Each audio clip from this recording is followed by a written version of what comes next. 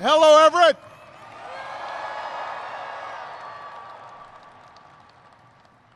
It is great to be in Washington, not Washington, D.C., in Washington State. And it is great to be here at Boeing. I want to begin by, first of all, thanking Kathleen for that wonderful introduction. We were up there talking a little bit, and she's a pretty good representative of Boeing workers. Kathleen told me I have a motto every day: nobody will outwork me. And that's a pretty good motto for Boeing, but it's also a pretty good motto for America. So give it, Kathleen, a big round of applause.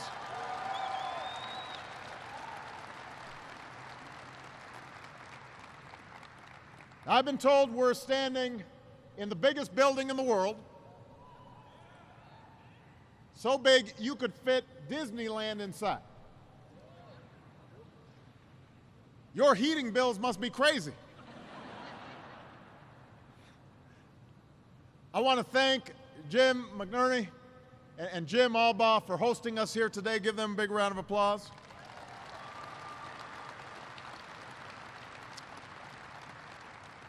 Your machinist leadership, Tom Buffenbarger,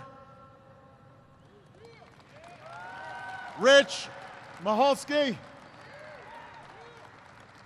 Tom Roboleski, and SPIA President Tom McCarty are here. One of the finest governors in the country, Chris Gregoire, is in the house. And I want to thank the mayor of Everett, Ray Stephenson, for having us here today.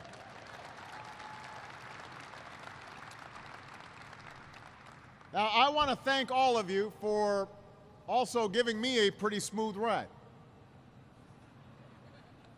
As some of you may know, Air Force One was built right here in Everett 25 years ago. In fact, I met one of my guys that I met during the tour worked on the plane. So I told him he did a pretty good job. It's flying smooth. I get to see your handiwork in action every single day. But as wonderful as it is to fly Air Force One, and it is wonderful, it's hard not to be amazed by the Dreamliner.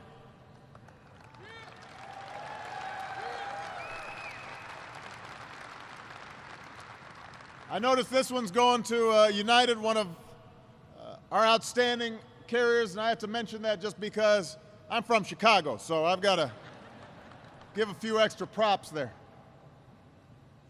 But this is the first commercial airplane to be made with 50% composite materials. It's lighter, it's faster, it's more fuel efficient than any airplane in its class. And it looks cool.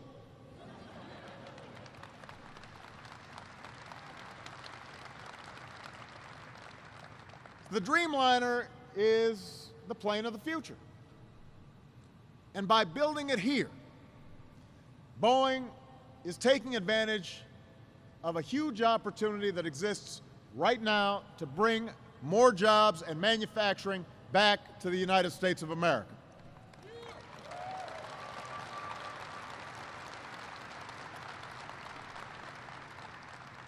We know that the last few decades haven't been easy for manufacturing.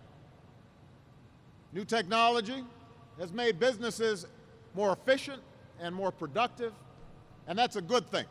That's what raises our standards of living.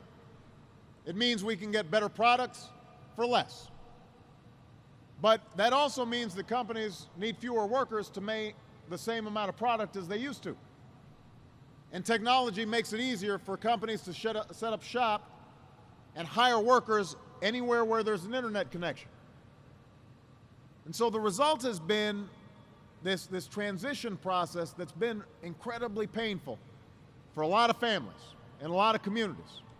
A lot of communities that used to rely on a lot of factory jobs They saw those shrink. They saw those get shipped overseas. Too many factories where people thought they'd retire left home. Too many jobs that provided a steady, stable life, a middle-class life for people, got shipped overseas. And look, the hard truth is, a lot of those jobs aren't going to come back because of these increased efficiencies. And in a global economy, some companies are always going to find it more profitable to pick up and do business in other parts of the world. That's just the nature of a global economy. But that does not mean that we've got to just sit there and settle for a lesser future. I don't accept that idea. You don't accept that idea. America is a place where we can always do something to create new jobs and new opportunities and new manufacturing and new security for the middle class, and that's why I'm here today. That's our job. That's what we're going to do together.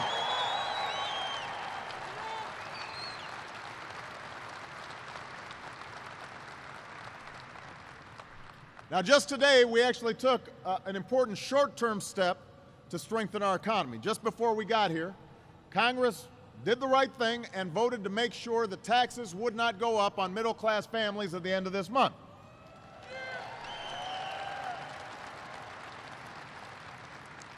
Congress also agreed to extend unemployment insurance for millions of Americans, maybe some of your family members, who are still out there looking for a job. So I'm going to sign this bill right away when I get back home.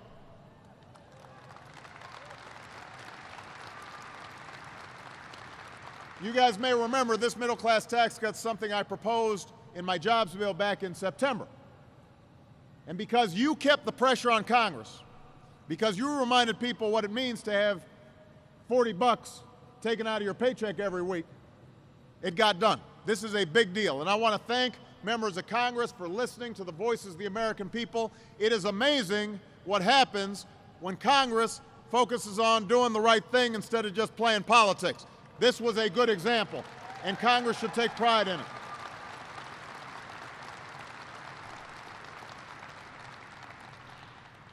But the payroll tax cut is just the start. If we want middle-class families to get ahead, we've got to deal with a set of economic challenges that existed even before this recession hit.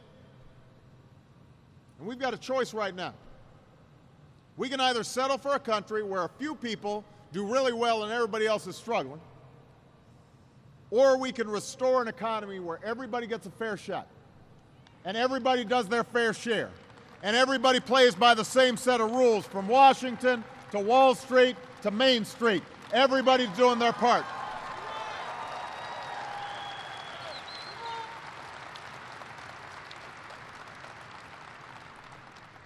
We're still recovering from one of the worst economic crises in 3 generations, the worst in our lifetimes for most of us.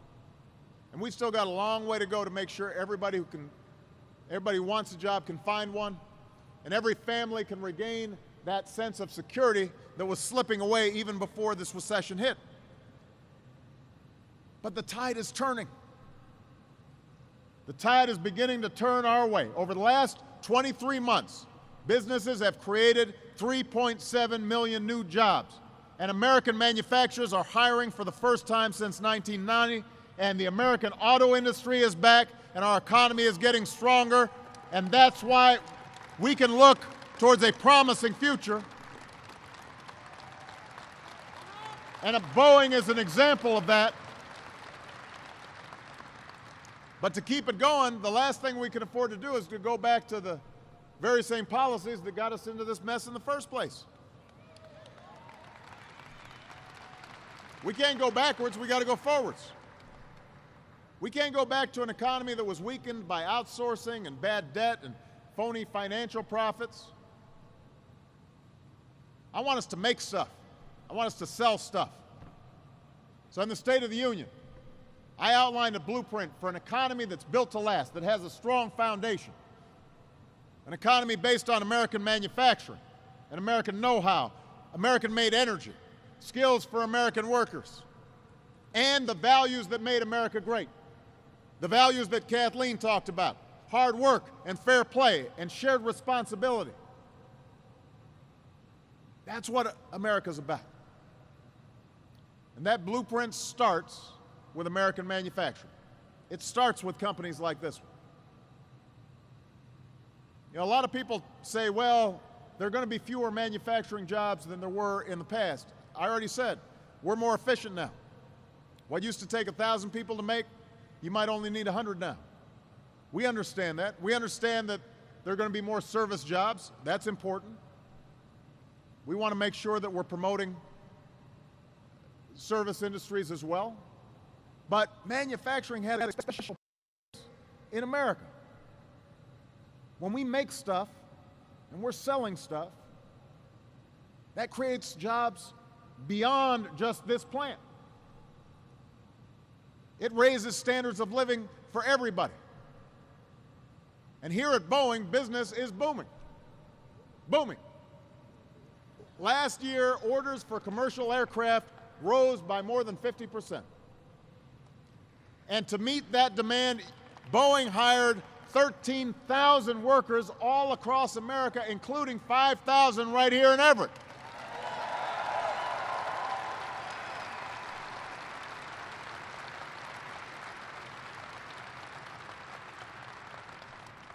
Now the biggest challenge is how to turn out planes fast enough. Jay, that's a high-class problem to have. So this company is a great example of what American manufacturing can do in a way that nobody else in the world can do it. And the impact of your success, as I said, goes beyond the walls of this plant. Every Dreamliner that rolls off the assembly line here in Everett supports thousands of jobs in different industries all across the country. Parts of the fuselage are manufactured in South Carolina and Kansas. Wing edges, they come from Oklahoma. Engines, assembled in Ohio. Tail fin comes from right down the road in Frederickson. And the people in every one of these communities, some of whom who are here today, they're benefiting from the work that you do. All those workers, they spend money at the local store. They go to restaurants. So the service economy does better because you're doing well. And what's happening here in Everett can happen in other industries. It can happen not just here, but it can happen in Cleveland and Pittsburgh and Raleigh. We can't bring every job back. Anybody who says we can, they're not telling you the truth. But right now, it's getting more expensive to do business in places like China. Meanwhile, American workers have never been more productive. And companies like Boeing are finding out that even when we can't make things faster or cheaper than China, we can make them better. Our quality can be higher. And that's what America's about. That's how we're going to compete.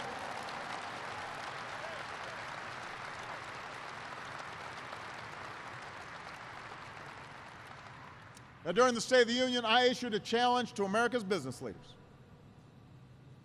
I said, ask yourselves what you can do to bring and create jobs here in this country, and your country will do everything we can to help you succeed. And I'm encouraged. We're actually seeing a number of companies, large and small, domestic, but even some foreign companies, recognizing, you know what, we're going to open new facilities and create new jobs here in America. This is a good place to work. This is a good place to be. And our job as a nation is to make it easier for more of these companies to do the right thing.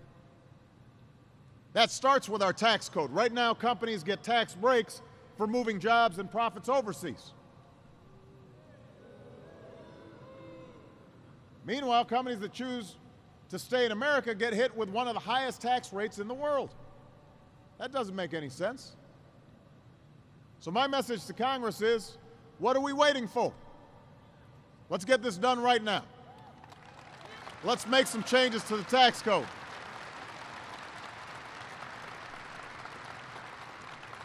And let's follow some simple principles. First, if you're a business that wants to outsource jobs, that's your choice, but you shouldn't get a tax deduction for doing it. That money should be used to cover moving expenses for companies that are deciding to bring jobs back home. That's who should be getting tax breaks.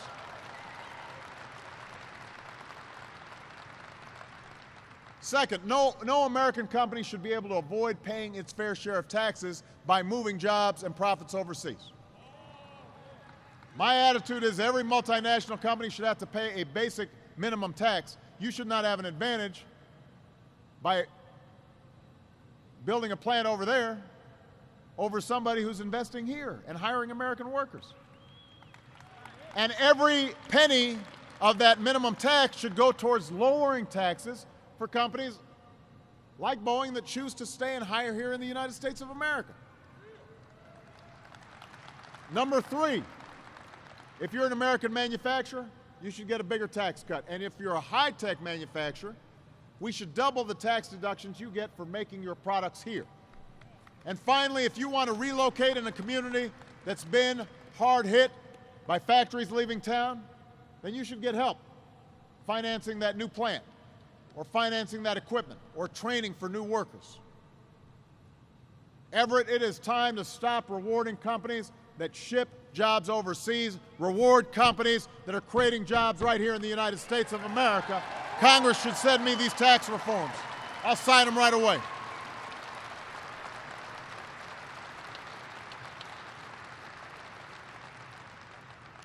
Now, another thing we're doing to support American jobs is making it easier for businesses like Boeing to sell their products all over the world. 2 years ago, I set a goal of doubling U.S. exports in 5 years. We're on track to meet that goal. We're actually ahead of schedule. So last November, when I was in Indonesia, Boeing announced a deal with the help of the Export-Import Bank to sell more than 200 planes to one of the fastest growing airlines in the world. Boeing is one of the largest exporters in America. This was one of the biggest deals Boeing had ever done. Over the years, it will help support thousands of American jobs, including jobs here in Everett. So I tease Jay every time I see him. I said, I deserve a gold watch because I'm selling your stuff all the time. I will go anywhere in the world to open up new markets for American products. And by the way, I will not stand by when our competitors don't play by the rules.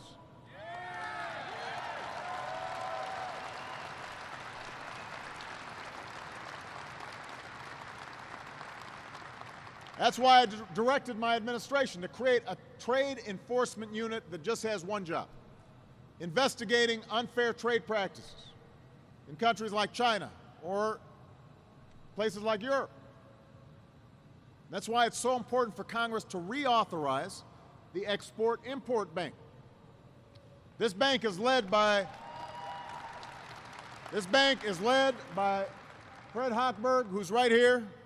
He's out there working with Jay all the time, selling on behalf of Boeing. And the Export-Import Bank helps companies like this one sell its products. It also helps thousands of small businesses. And today, the bank will be launching a new program to help small businesses get the financing they need to sell more products overseas. I'm also instructing the bank to give American companies a fair shot by matching the unfair export financing that their competitors receive from other countries. You know, American workers, you guys, folks like Kathleen, you're the most productive on earth. You can compete with anybody. You will outwork anybody as long as the playing field is level. You can compete with any worker, anywhere, anytime. In China, in Europe, it does not matter. If we have a level playing field, America will always win because we've got the best workers.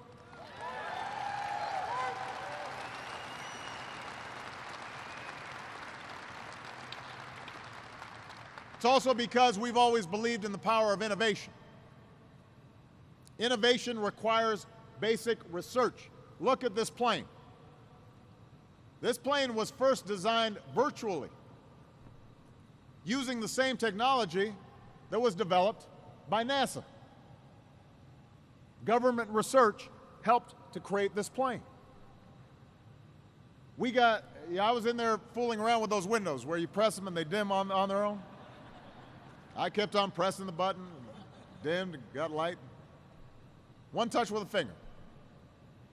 And the displays in the cockpit. They're projected on the windshield so pilots don't have to look down at their instruments. They can maintain their line of sight even as they're getting all these readings. Now, some of the work, the most advanced work, was done by engineers down in Huntsville, Alabama, who used to work on the International Space Station. Their expertise, a lot of those ideas, came out of government research. We've got to support this kind of cutting-edge research. We need to maintain our innovative edge so that jobs and industries take root right here in the United States, not someplace else.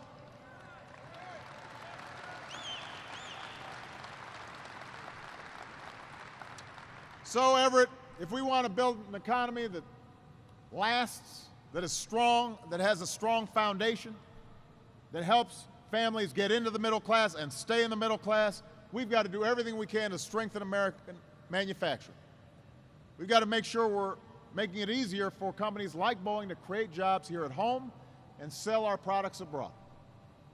We've got to keep on investing in American-made energy, and we've got to keep training American workers. And above all, we've got to renew the values that have always made this country great. Hard work, fair play, shared responsibility. These are not Democratic values or Republican values. These are American values.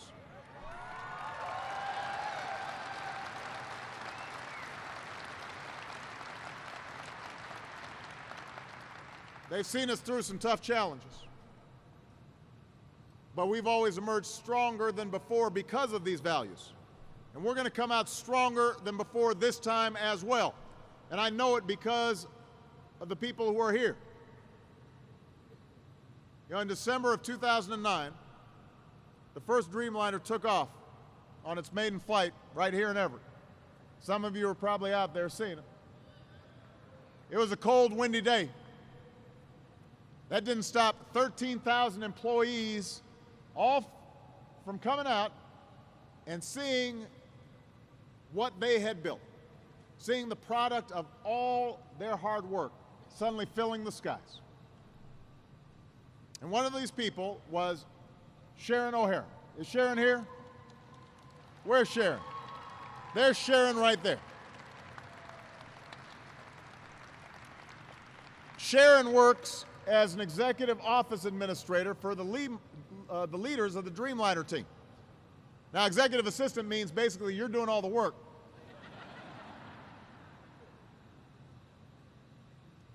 Now, some of you may know that Sharon's been undergoing some treatment for cancer recently. So she's got her own battle. But her doctors recently told her she's healthy enough to come back to work. That's worth applauding.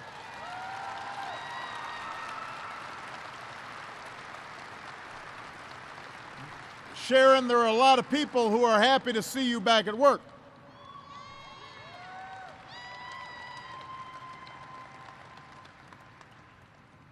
And I was hearing about this, and as Sharon tells the story about watching the first plane lift gently off the runway, just the way it was designed to do, she thought about everything that had gone into making this day possible.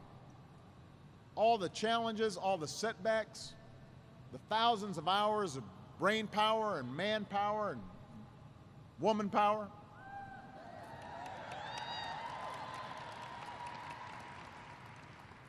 And what Sharon says is, there's a quote, "I had goosebumps and tears. We said we would do it, and we did." That's a pretty good motto. You said you would do it, and you did. That's what we do as Americans. That's the spirit we need right now. In this country, we don't give up. Even when times are tough, we look out for one another. We reach for new opportunities. We pull each other up. We stay focused on the horizon. That's who we are. That's who we've always been. And if we work together right now with common purpose and common effort, I have no doubt we will build an economy that lasts, and we will remind the world just why it is the United States of America is the greatest country on earth. We said it, we will do it. God bless you. God bless the United States. Thank you.